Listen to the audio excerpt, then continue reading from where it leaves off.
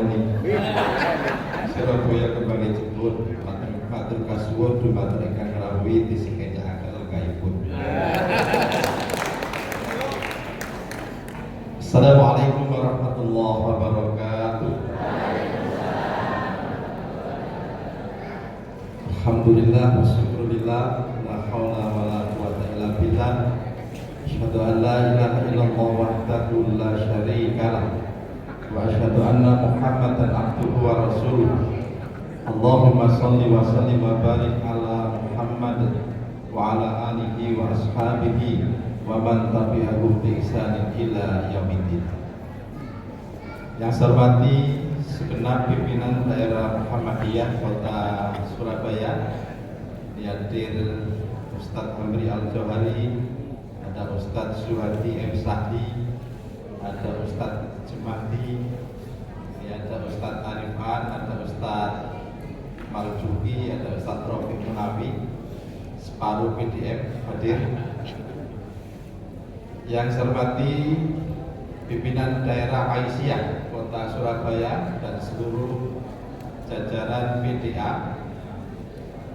Yang saya hormati segenap pengurus Ikatan Alumni Haji KPIH Muhammadiyah Kota Surabaya yang saya banggakan, dan seluruh keluarga besar Muhammadiyah Aisyah Kota Surabaya yang saya cintai dan saya banggakan.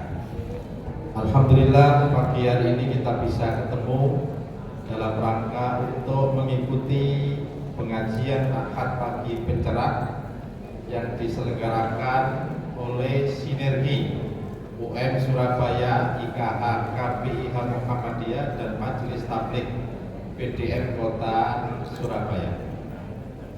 Mudah-mudahan yang kita lakukan senantiasa mendapat ridho Allah Subhanahu wa Ta'ala.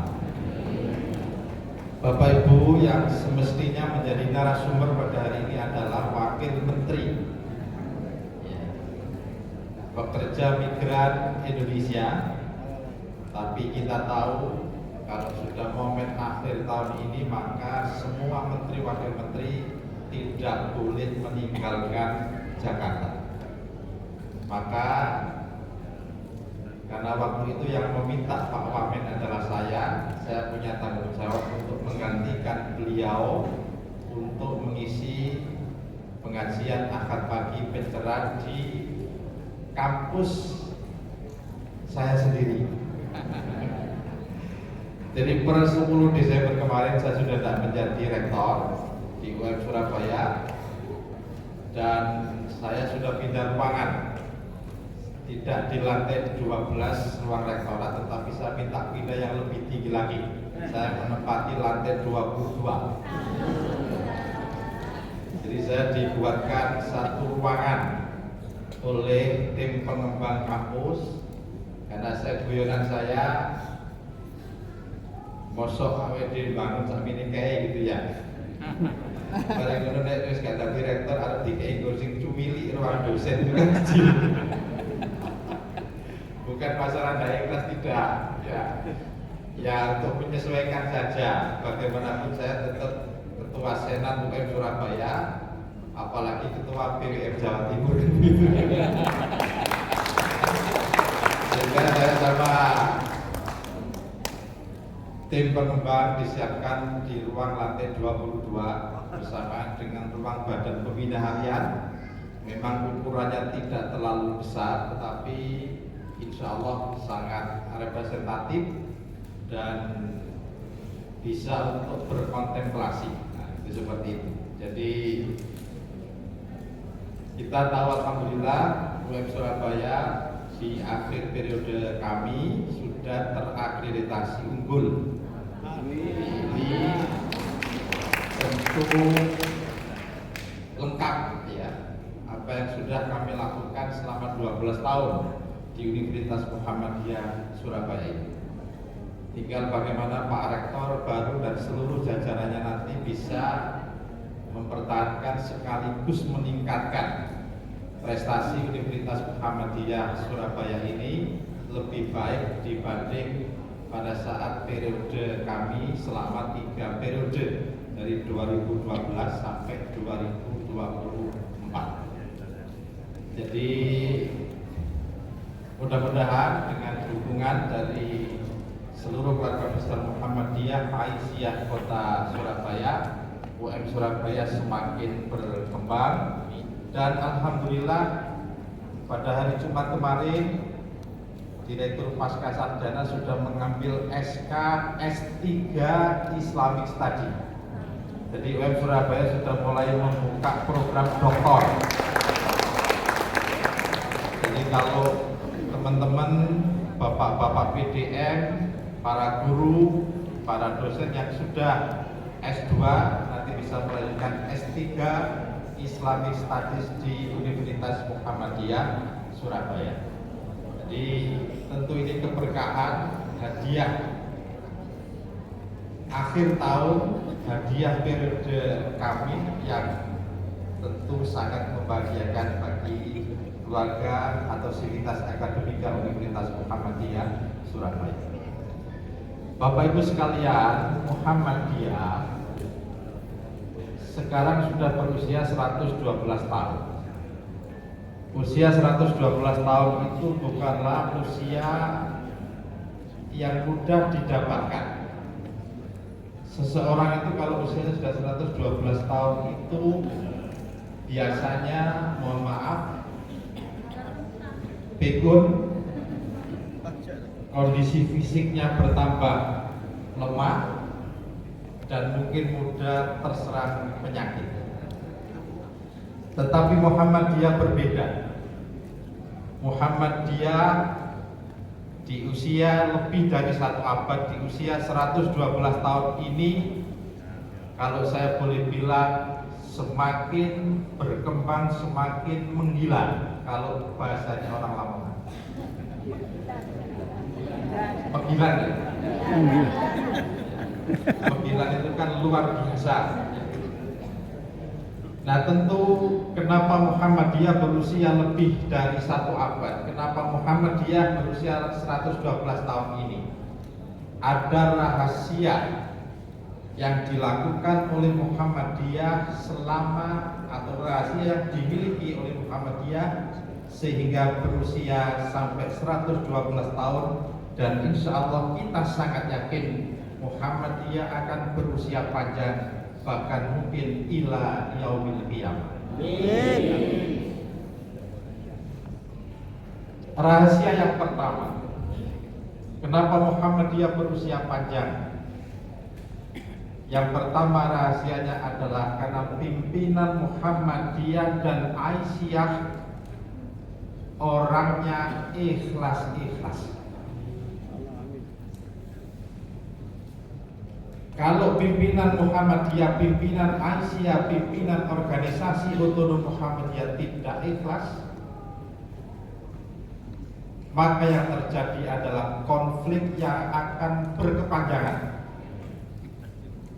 Karena ada sebuah rumus, setiap konflik mesti ada aktor, setiap aktor mesti ada kepentingan. Itu rumus yang tidak bisa kita bantah. Pokoknya setiap ada konflik mesti ada aktor, setiap aktor mesti ada kepentingan. Nah, karena ada kepentingan itulah membuat sebuah institusi, membuat sebuah organisasi mesti tidak akan bisa awet, tidak akan bisa berusia yang panjang.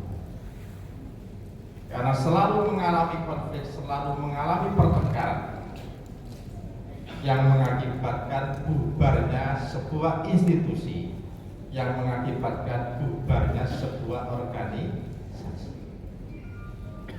Tetapi karena keikhlasan pimpinan Muhammadiyah, pimpinan Aisyah, pimpinan organisasi otonom itulah yang membuat Muhammadiyah ini bisa berusia panjang.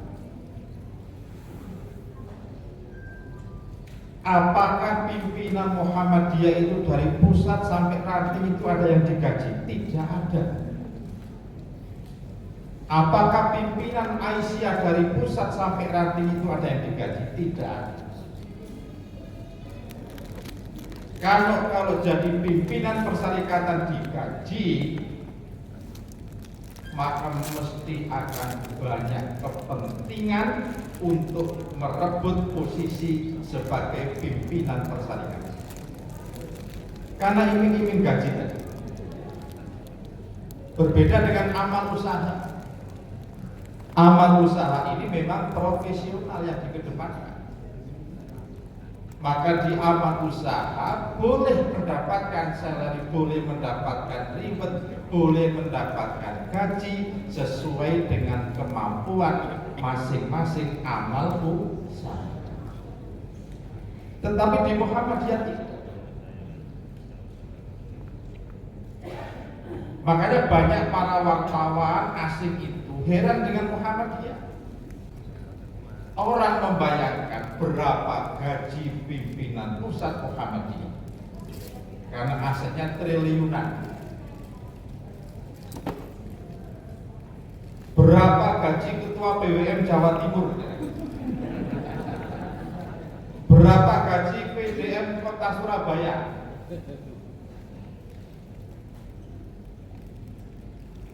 Ternyata 0 rupiah. 0 rupiah. Tidak ada gaji untuk pimpinan persalinan. Lupa ketua PWN kan tumpaan mobil Alphard. Iya betul. L1 BBM Alphard itu memang mobil operasionalnya pimpinan wilayah Muhammadiyah Jawa Timur. Tetapi itu bukan milik ketua PWN. Dan tentu supaya marwah Muhammadiyah tetap terjaga. Kalau kita gagal, itu tidak akan ada orang yang meremehkan Muhammadiyah. Senajan kan digaji gak apa-apa, tapi mobilnya itu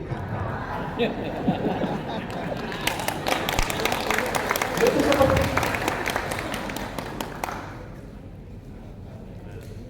kalau kita digaji Pak, mesti pikirannya macam-macam. Karena kita ikhlas inilah. Sopo sih gelem sapu akad duwi apa dikondorin keliling nang Jawa Timur itu. Kita bayangkan andekan kita keluarga sapu akad bisa kumpul dengan keluarga.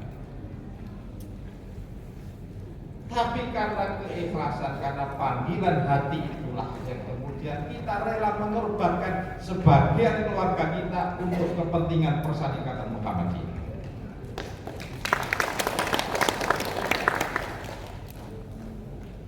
Ketika kita sudah terpilih dalam muktamar, kita sudah terpilih dalam musyir, kita terpilih dalam musda, maka itu komitmen kita, apapun yang terjadi, kita wajib menjalankan amal itu dengan sepenuh hati.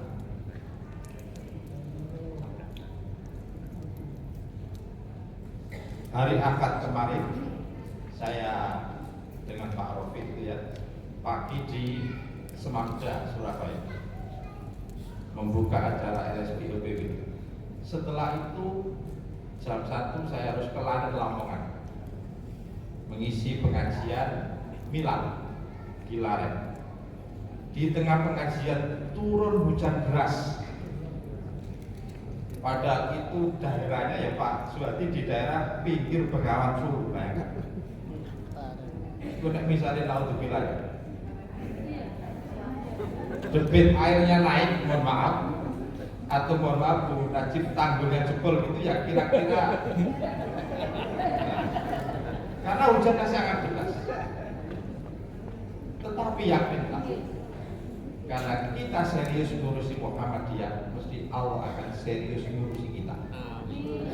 Itu seperti itu prinsip yang harus kita. Dan keikhlasan itu.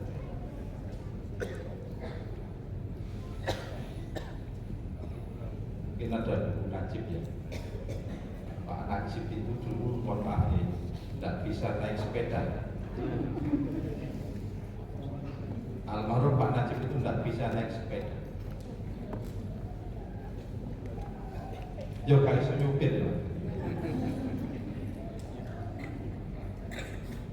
Setiap ada kegiatan Muhammadiyah, beliau tidak merasa sulit, bahkan sampai di pucuk gunung pun beliau akan datang. Nah, ini kan luar biasa, keikhlasan luar biasa. Loh, yang tidak bisa nyupir, yang tidak bisa naik sepeda aja seperti itu, apalagi saya yang naik Alphard. Saya sudah disiapkan supir, saya sudah disiapkan ajudan, tinggal naik tidur di mobil bisa. Selama saya masih ada waktu dan itu komitmen saya sebagai ketua BWM, maka saya wajib. Nah, termasuk bagaimana saya istilahnya badali pengajian pada pagi. Dan keikhlasan pimpinan Persarikan itu yang membuat Muhammadiyah berusia panjang. Tidak pernah konflik setiap musya, tidak pernah konflik setiap musfid. Hanya orang luar saja yang pengen merusak nama baik Muhammadiyah. Apalagi memanfaatkan media sosial. Si A gak seneng si B gak seneng si C. Itu semua itu adalah permainan media di media sosial yang tujuannya adalah untuk merusak kolektivitas kebersamaan di Muhammad. Jadi keikhlasan pimpinan itulah yang membuat Muhammadiyah bisa berusia panjang. Orang yang tidak ikhlas, orang yang banyak kepentingan biasanya tidak akan awet di Muhammadiyah. Yakinlah seperti itu. Orang yang banyak kepentingan, orang itu mesti tidak akan awet di Muhammadiyah. Pengurus IKHKP Yamin, saya tahu bapak-bapak ini kan ya meskipun kalau kegiatan seperti ini ada sumbangan dari keluarga, tapi mereka tetap urunan kok. Ya Pak Mariono ya, ada yang 100.000, 300.000, itu mereka semua itulah komitmen ngurusin Muhammadiyah. Uang mereka ikhlas Pak, cek sono di sini yang menonton kursi ini. Ya, bengi kudu mrene mari nulis dikon urunan bisa. Itu kalau orang tidak ikhlas jangan mau Pak. Tapi karena komitmen, karena keikhlasan itulah kita semua ingin lillahi kalimatillah, menegakkan kalimat-kalimat Allah melalui persyarikatan Muhammad. Itu yang pertama. Rahasia yang kedua, kenapa Muhammadiyah itu berusia panjang? Di dalam surat Al-Bayyinah itu kan Allah mengatakan begini, yang ini secara personal ya. Innal ladzina amanu wa 'amilus sholihati ulaika hum khairul bariyah. Sesungguhnya orang-orang yang beriman dan beramal soleh, mereka itulah sebaik-baik manusia.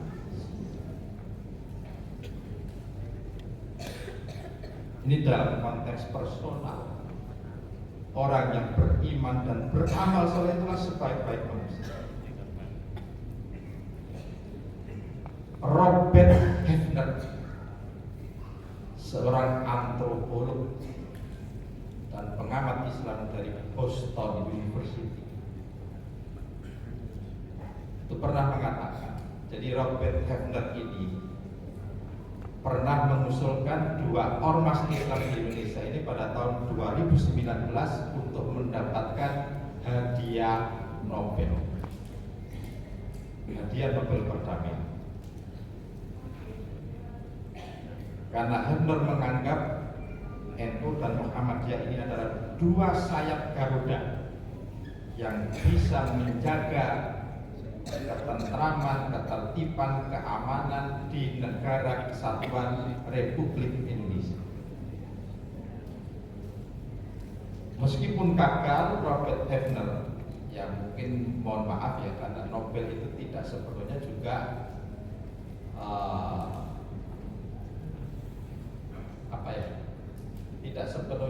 adil. Kadang-kadang ada kepentingan. Jarang ada hadiah Nobel. Mungkin yang pernah itu dari Bangladesh, itu yang dulu punya bank untuk khusus orang-orang miskin itu yang pernah mendapat hadiah Nobel. Tetapi Muhammadiyah NU tidak bisa mendapatkan hadiah Nobel meskipun sudah diusulkan. Nah, Hefner dalam setiap seminar itu sering mendengarkan para peneliti, para akademisi dari berbagai negara itu heran dengan Indonesia. Indonesia ini tidak punya sejarah, mempunyai perguruan tinggi yang usianya tua. Jadi kalau Bapak Ibu Al-Azhar University itu Kairo itu berdiri tahun 972 Masehi. Jadi Al-Azhar itu sudah 1000 tahun lebih Al-Azhar. Kalau kemudian ada Oxford University di London itu sekitar 1096, itu abad 11. Kemudian Harvard University di Amerika itu kurang lebih abad ke-16, 1600 sekian. Indonesia itu baru punya perguruan tinggi, dulu namanya Stovia, perguruan sekolah kedokteran Batavia di Jakarta. Itu tahun 1849, itu cikal bakal University Indonesia, UI. ITB itu baru tahun 20, tapi waktu itu belum ITB, 1920. Lulusan pertama adalah Edi Soekarno, Presiden Republik Indonesia, proklamator. Nah, UNER itu cikal bakalnya adalah Fakultas Kedokteran UNER, Stovia Surabaya tahun 1913, NIAS. Para peneliti ini heran bagaimana Indonesia ini yang tidak punya sejarah perguruan tinggi yang banyak, yang tua, tetapi menjadi role model pendidikan Islam yang modern, pendidikan Islam yang berkemajuan dibandingkan dengan negara-negara mayoritas Islam yang lain. Maka Robert Hefner ini mengatakan Indonesia punya dua ormas itu, NU dan Muhammadiyah, dan khususnya Muhammadiyah yang telah memulai pendidikan Islam yang modern dan bisa menjadi role model pendidikan Islam di seluruh dunia. Itulah Persyarikatan Muhammad. Dan banyak peneliti lain bagaimana mereka mengamati Muhammadiyah. Mitsuo Nakamura dari Jepang itu juga sama. Bagaimana meneliti perjalanan Muhammadiyah, bagaimana meneliti amal-amal usaha pendidikan Muhammad. Nah, innal ladzina amanu wa amilus sholihat. Muhammadiyah itu adalah organisasi yang selalu mengimplementasikan amal soleh dalam bentuk amal usaha di berbagai bidang.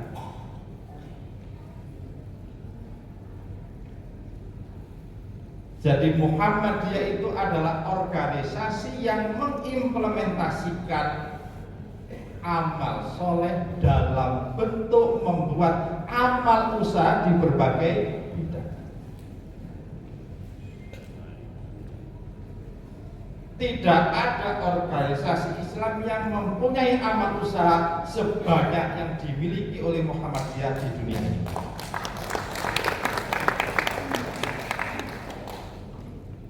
Sekolah Muhammadiyah itu 10.450. Itu SD sampai SMA. TK belum tahu saya berapa jumlahnya TK.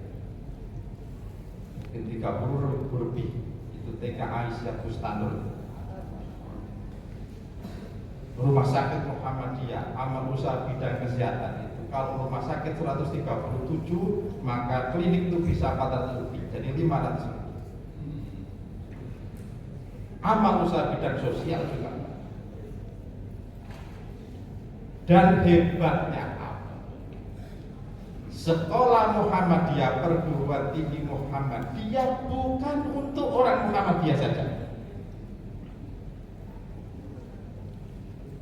Kemarin 3 minggu lalu sidang Tanwir Muhammadiyah di Kupang, di Universitas Muhammadiyah Kupang. Bapak Ibu tahu 80% mahasiswa Universitas Muhammadiyah Kupang itu beragama Kristen, baik Katolik maupun Protestan.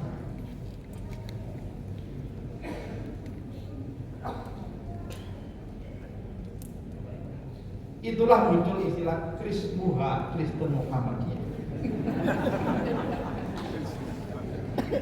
Universitas Muhammadiyah Sorong di kota Sorong itu juga sama. 80% mahasiswanya juga beragama Kristen. Universitas Muhammadiyah Pendidikan Sorong di Kabupaten Sorong itu juga 80% mahasiswanya non Kristen. Maka kalau kemudian Prof.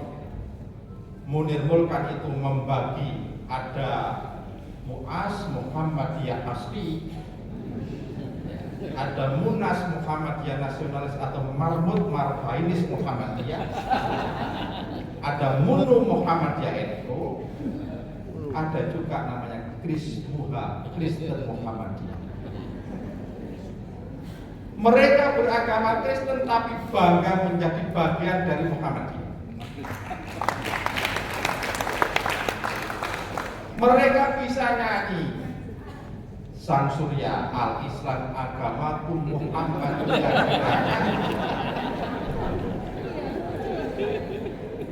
Tetapi mereka tidak dipaksa untuk menjadi Islam, tidak.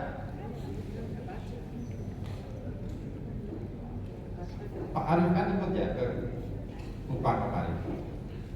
Bagaimana anggota Kokam di sana? 80% gak jilbaban Pak yang perempuan itu. Tidak jilbaban karena mereka beragama Kristen.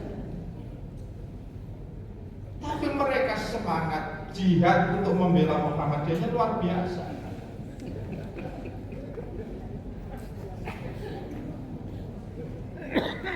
Ini luar biasa. Jadi Krismuha itu karena kecintaan orang-orang Kristen kepada Muhammadiyah. Rumah sakit Muhammadiyah kalau ada orang berobat, apa arep ditakoni agamane polisi? Apa arep ditakoni awam NU apa Muhammadiyah? Enggak. Orang mau melahirkan, masuk PK, kamar bersalin, bu agamanya apa bu? Misalnya enggak. Ini stop kan? Nggak mungkin begitu.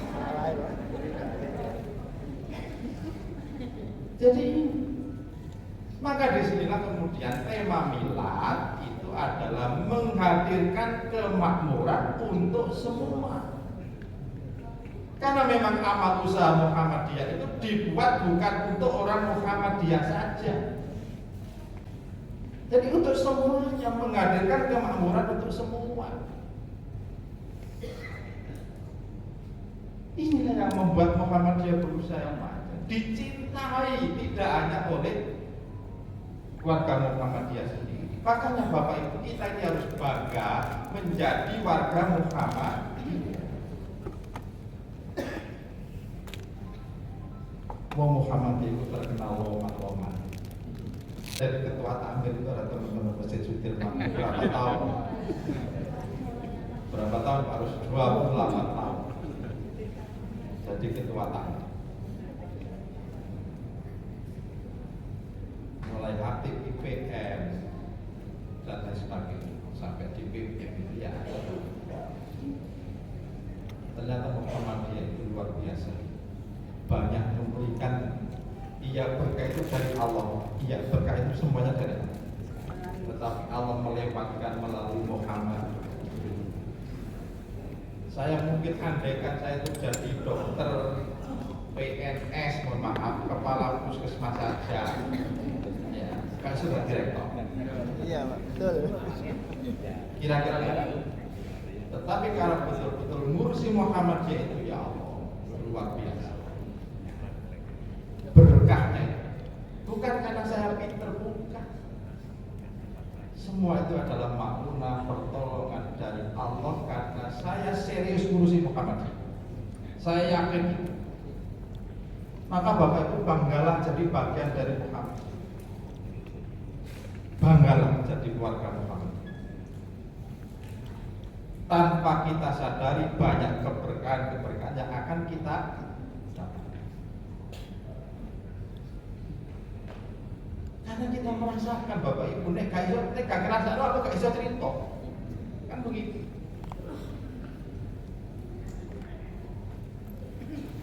Makanya saya kalau pesen ke istri saya itu begini. Misalnya saya jadi rektor, jangan ikut ngurusi kampus. Ya, dan ini ada itu.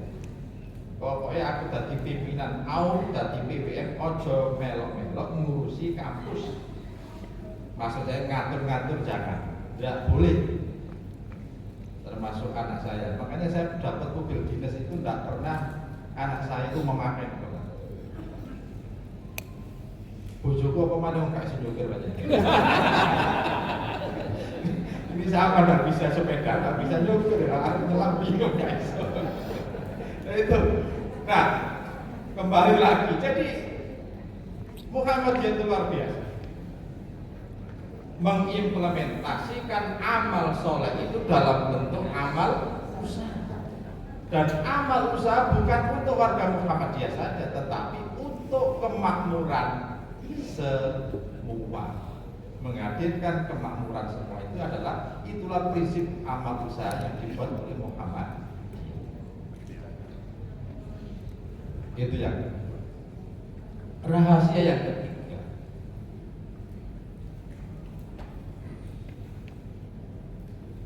Orang Muhammadiyah itu adalah orang-orang yang selalu optimis.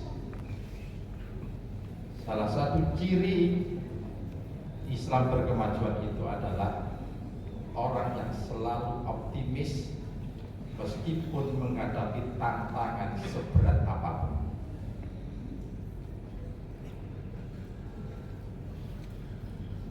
Ya contohnya PDM Surabaya itu loh, Arab hotel yang pirang-pirang tahun kan oleh kan gitu ya, baru kemarin bisa beli hotel itu kan gitu. Iku nek gak optimis, gak kira iso. Kita membangun gedung ini, kita membangun At-Ta'awun 2 itu kalau tidak optimis kita tidak bisa. Awal-awal jadi rektor, itu ya padha Bapak Ibu, duit teko di untuk Surabaya, arep gawe tower 13 lantai. Duit teko di arep gawe fakultas kedokteran. Tapi kita optimis.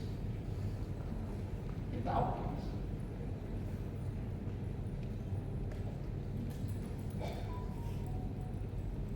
Saya sering sampaikan ayat dalam surat Al-Ankabut itu yang saya kira menjadi betul-betul menjadi pegangan. Walladzina jahadu fina lanahdiyannahum subulana. Siapa yang bersungguh-sungguh berjuang berjihad di jalan Allah, siapa yang bersungguh-sungguh ingin mengembangkan Muhammadiyah, ingin mengembangkan amal usaha Muhammadiyah, finalanah dia lahu syukurana, Allah akan tunjukkan jalan-jalan kesuksesan.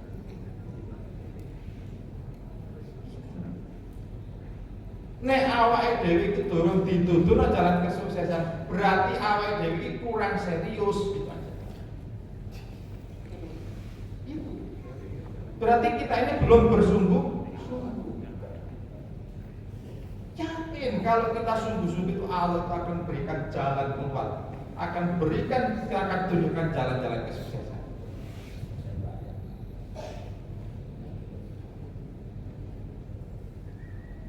Rumah sakit Muhammadiyah Surabaya itu dulu itu BKN sampai 80 tahun gitu ya Pak Abri ya, Pak Ari, Pak Adi. 80 itu masih Balai Kesehatan Muhammadiyah. Tapi PDM waktu itu, mohon maaf, zamannya Pak Wakil Syukur, ya Haji Wakil Syukur itu punya prinsip pada periode itu ya, tentu ada Pak Amri, ada Pak Udin, ada Pak almarhum Pak Samsul, Pak Agus Wondo, ada saya juga kan gitu ya.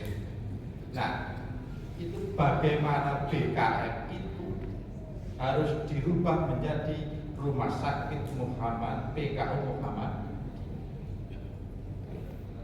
Dan alhamdulillah hasil musda itu bisa kita tindak lanjuti kan seperti itu. Pelan-pelan. Ya namanya optimis itu ya gak moro-moro bisa moro-moro gawe gede itu ndak mungkin. Mesti ada proses yang harus kita lalui. Nawar tanah sebelah kiwa ya kadidol kan gitu ya. Nawar tanah sebelah kanan ya kadidol. Tiba-tiba yang hotel di belakang itu mungkin dulu itu sudah lama. Sudah lama kan. Ya cuma maju mundur gitu aja. Tetapi tetap optimis dan alhamdulillah Allah memberikan jalan. Di usia 100 tahun Rumah Sakit Muhammadiyah itu bisa membeli hotel di belakang Rumah Sakit Muhammadiyah. PCM sepanjang Bapak Ibu. Sabtu kemarin itu saya melaunching Rumah Sakit Dr. Mujito, rumah sakit swasta di Jombang yang dibeli oleh PCM sepanjang. Ini luar biasa. Jadi Rumah Sakit Muhammadiyah Siti Khotijah itu, Bu Asro ini tahu ya, sudah punya ekspansi di Sukodono, membeli Rumah Sakit As-Sakinah Medika, kemudian membeli lagi di Jombang Rumah Sakit Dr. Mujito Dwijo Siswoyo.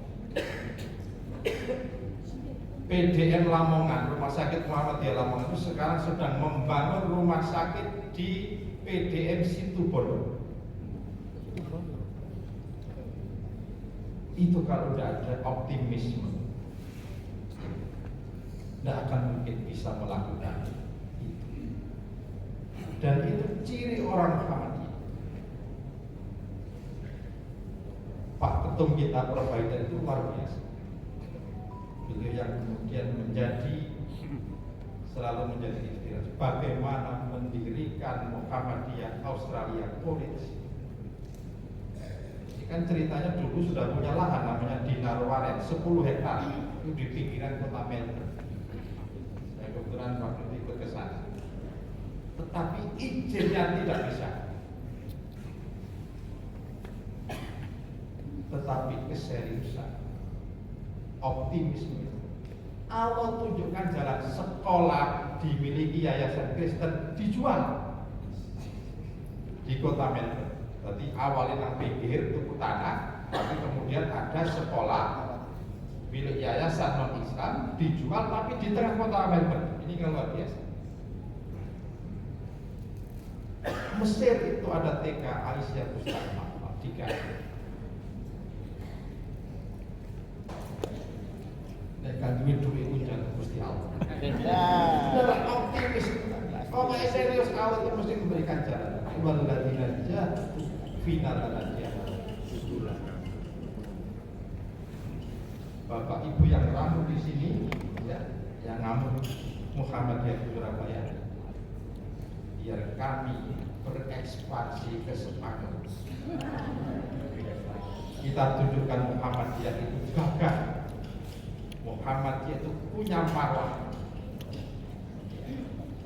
Jadi rumah ibadah orang lain kalau bisa kita akuisisi, kenapa tidak? Kalau itu Terakhir Bapak Ibu sekalian, kenapa Muhammadiyah itu bisa berusia panjang? Karena Muhammadiyah itu bisa berdialektika dengan zaman. Muhammadiyah itu bisa beradaptasi dengan zaman. Tadi Pak Ustaz Swati menyampaikan dakwah digital itu adalah dialektika dengan zaman. Era digital, karena Islam berkemajuan itu adalah Islam yang bisa beradaptasi dengan kemajuan zaman. Maka Muhammadiyah bisa menyesuaikan apapun tantangannya Muhammadiyah, dan itulah prinsip tajdid, pembaharuan dalam arti adaptasi, inovatif, kreatif, dan kolaboratif. Itulah Islam berkemajuan. Nek kalau bisa menyesuaikan dengan zaman, berarti jargon Islam berkemajuan itu gak sesuai kan begitu. Islam berkemajuan, Islam yang bisa beradaptasi dengan kemajuan zaman. Dan inilah yang membuat Muhammadiyah bisa berusia panjang. Maka banggalah Bapak Ibu menjadi bagian dari persyarikatan Muhammadiyah, dan mari kita serius menjadi orang Muhammadiyah. Serius betul menjadi orang Muhammadiyah. Sering saya sampaikan, kalau kita serius ngurusi Muhammadiyah, Allah akan serius ngurusi kita, ngurusi keluarga kita. Kurang lebihnya mohon maaf. Rasulullah Assalamualaikum warahmatullahi wabarakatuh.